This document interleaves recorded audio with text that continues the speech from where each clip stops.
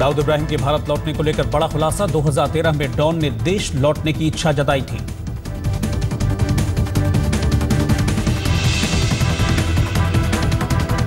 अंग्रेजी अखबार के मुताबिक कांग्रेस पार्टी में भी हुई थी चर्चा। तत्कालीन प्रधानमंत्री मनमोहन सिंह और उस समय राष्ट्रीय सुरक्षा सलाहकार रहे शिव शंकर मेनन के बीच बात।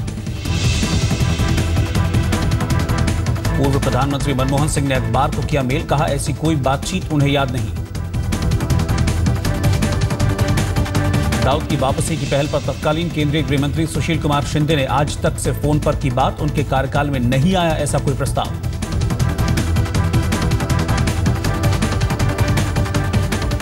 शिवसेना प्रवक्ता संजय राउत ने कहा सरकार पाकिस्तान पर डाले ऐसा दबाव कि वो खुद भारत के हवाले कर दे दाऊद।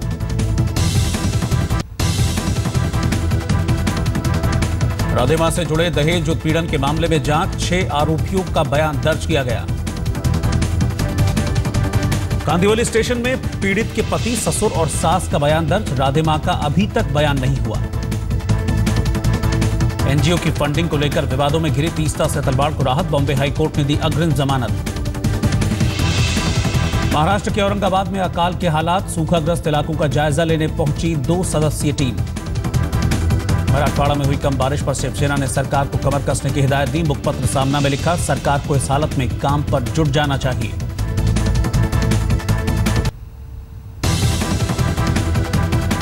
महाराष्ट्र कोल्हापुर की टोल वसूली 15 दिन के लिए बंद। पीडब्ल्यूडी मंत्री एकनाथ शिंदे और सहकार मंत्री चंद्रकांत पाटिल का ऐलान। नरेंद्र मोदी के खिलाफ रेड कॉर्नर नोटिस जारी करने की तैयारी। ईडी ने सीबीआई के पास भेजा औपचारिक पत्र।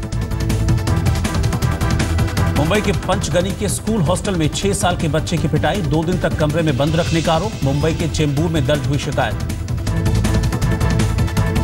मुंबई के बांद्रा में तेज रफ्तार कार ने एक बाइक सवार को टक्कर मारी, एक की मौत, दूसरा बुरी तरह से जख्मी। अन्ना हजारे को मिली धमकी, केजरीवाल को समर्थन जारी रहा तो नरेंद्र दाभोलकर और गोविंद पानसरे की तरह ही खत्म हो जाएंगे, पुलिस में दर्ज हुई शिकायत।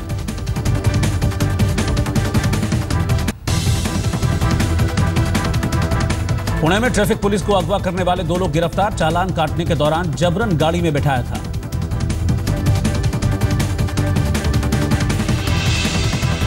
पुणे में बंदूक की नोक पर लूटपाट, 2 आरोपी सीसीटीवी कैमरे में कैद। कैशियर को दी धमकी।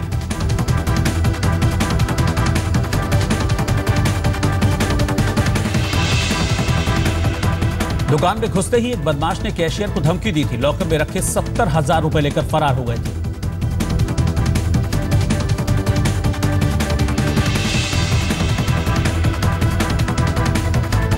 मुंबई में पैर पसारने लगा स्वाइन फ्लू का खतरा। पिछले 10 दिनों में स्वाइन फ्लू के 90 मामले सामने आए।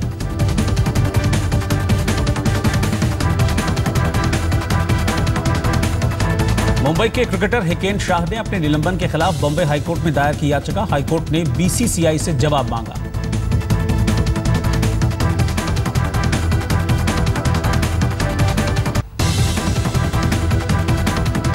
मुंबई से सटे ठाणे में एक बंगले में घुसकर तेंदुए ने पालतू कुत्ते को बनाया अपना शिकार। घटना के बाद से लोगों में दहशत।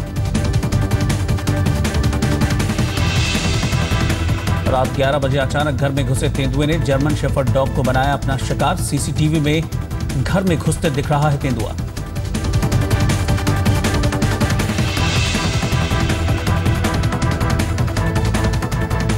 सड़क हादसे में घायल हुए राजू हिरानी से अस्पताल मिलने पहुंचे आमिर खान। ट्विटर पर लिखा जो भी राजू के लिए चिंतित है उन्हें बता दूं कि वो बेहतर हैं।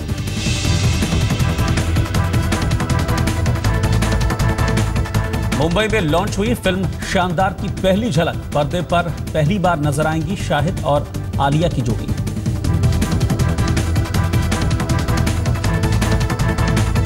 22 अक्टूबर को रिलीज होने वाली फिल्म में शाहिद संग पापा पंकज कपूर भी हैं। लंबे वक्त के बाद पर्दे पर दिखेंगे पंकज कपूर।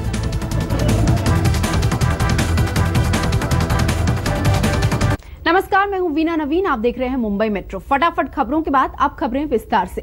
राधे मां उर्फ सुखविंदर कौर का सुख चैन छिन गया है। राधे मां के माया जाल पर कानूनी जाल भारी पड़ता नजर आ रहा है। राधे मां को मुंबई से लेकर भोपाल तक मुकदमों की मुसीबत का सामना करना पड़ सकता है। सच्चाई छुप नहीं सकती, बनावट के असूलों से खुशबू आ नहीं सकती कागज के फूलों से। ये है कि ये जो राधे मां हमें सभी जानना चाहते हैं कि राधे माँ की भक्ति के संसार का सच क्या है, लेकिन उससे पहले उन पर लगने वाले आरोपों का पुलिंदा मोटा हो रहा है। मुंबई से लेकर भोपाल तक शिकायतें दर्ज हो रही हैं और वो लगातार कह रही हैं कि उनका कोई कसूर नहीं। सच्चाई छुप नहीं सकती, बनावट के असूलों से खुशबू आ नहीं सकती कागज के फूलों से। मेरा बिल्कुल भी कोई कसूर नहीं है। मुझे अननेसेसरी ट्रबल किया जा रहा है। मैंने कभी किसी का दिल नहीं दुखाया और जो भक्त आते हैं मेरे पास तो ईश्वर उन पे मेहर कर देता है। तो वो कहते हैं राधे माँ ने मिरेकल किया, इसमें मेरा कोई कसूर नहीं।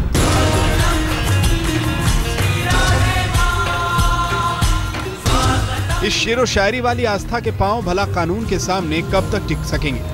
वहाँ तो भक्तों की तालियां नहीं होंगी, दलीलें होंगी, सबूत होंगे, गवाह होंगे और दहेज उत्पीड़न के आरोपों का जवाब देना होगा। कांदीवली पुलिस स्टेशन में कुल 6 लोगों के बयान दर्ज किए जा चुके हैं। राधे माँ पर दहेज उत्पीड़न के लिए भड़काने का आरोप है। राधे माँ को 14 अगस्त तक कांदीवली थाने में पेश होना है। दहेज उत्पीड़न केस के अलावा राधे माँ के खिलाफ मुंबई के बोरीवली थाने में भी एक शिकायत दर्ज कराई गई है, जो उनकी उल्टी सीधी अदा पर है।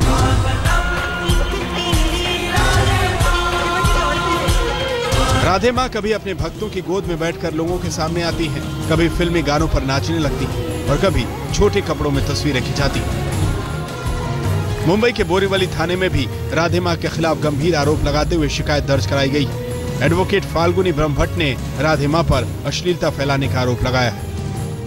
दहेज उत्पीड़न के मामले को लेकर जहां कांदीवली पुलिस ने राधे माँ की मुश्किलों को बढ़ाया है, तो वहीं बोरीवली पुलिस ने भी उस लिखित शिकायत को गंभीरता से लिया है जिसमें राधे माँ के ऊपर अश्लीलता फैलाने का आरोप है। पुलिस ने इस मामले में बयान दर्ज करना शुरू कर दिया है और कई शख्स को समन भेजे जा चुके हैं, जिनके बयान दर्ज होने के बाद पुलिस फैसला करेगी कि इस मामले को FIR में बदला जाए या फिर नहीं।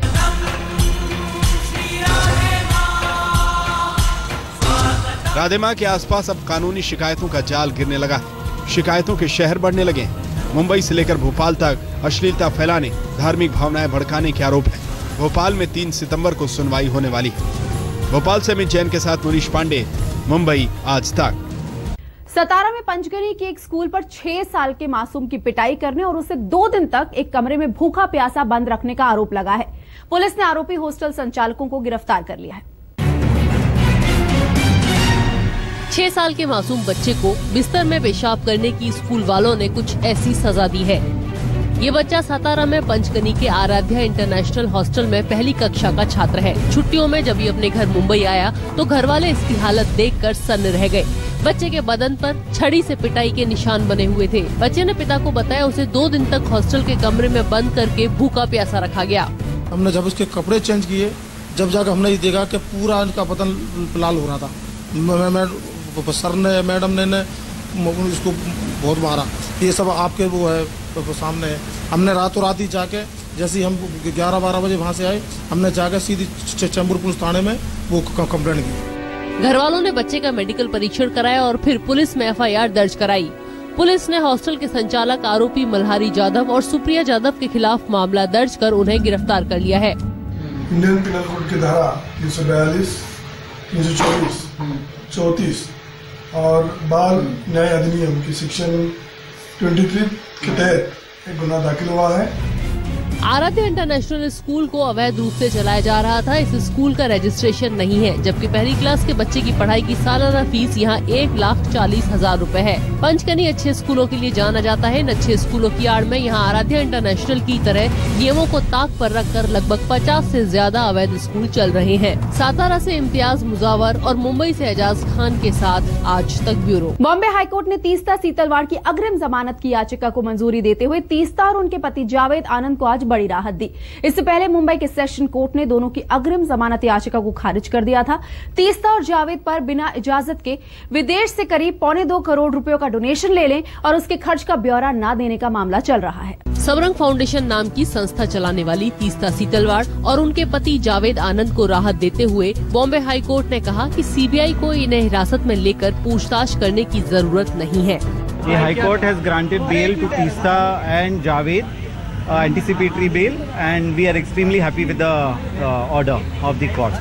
सीबीआई के वकील ने तीस्ता की जमानत का विरोध करते हुए अदालत से कहा था, विदेशों में ये कहकर पैसा लेना कि यहाँ के नेता अल्पसंख्यकों पर ज्यादती कर रहे हैं, इससे दुनिया में देश की बदनामी होती है। इसके अलावा विदेश से आने वाला पैसा कहाँ खर्च हो रहा है, इस पर नजर रखना बेहद जरूरी है। बार बार पूछने पर भी तीस्ता खर्चे का ब्यौरा नहीं दे रही है और इसलिए ये देश के लिए बड़ा खतरा है। अदालत ने दोनों पक्षों की बात को सुनने के बाद कहा कि प्राइमा फेसी ऐसा लगता है कि फंड का दुरुपयोग हुआ होगा, लेकिन अदालत इस बात को नहीं मानती कि तीस्ता देश की सुरक्षा के लिए खतरा है। अदालत ने कहा, अलग दृष्टिकोण रखना देश की प्रभुसत्ता के लिए खतरा नहीं होता। सरकार का काम है कि अलग अलग विचार रखने वाले भी सुरक्षित रहें। अगर सरकार को लगता है कि कुछ गलत हुआ तो वो गैर सरकारी संस्था का रजिस्ट्रेशन खारिज कर सकती है।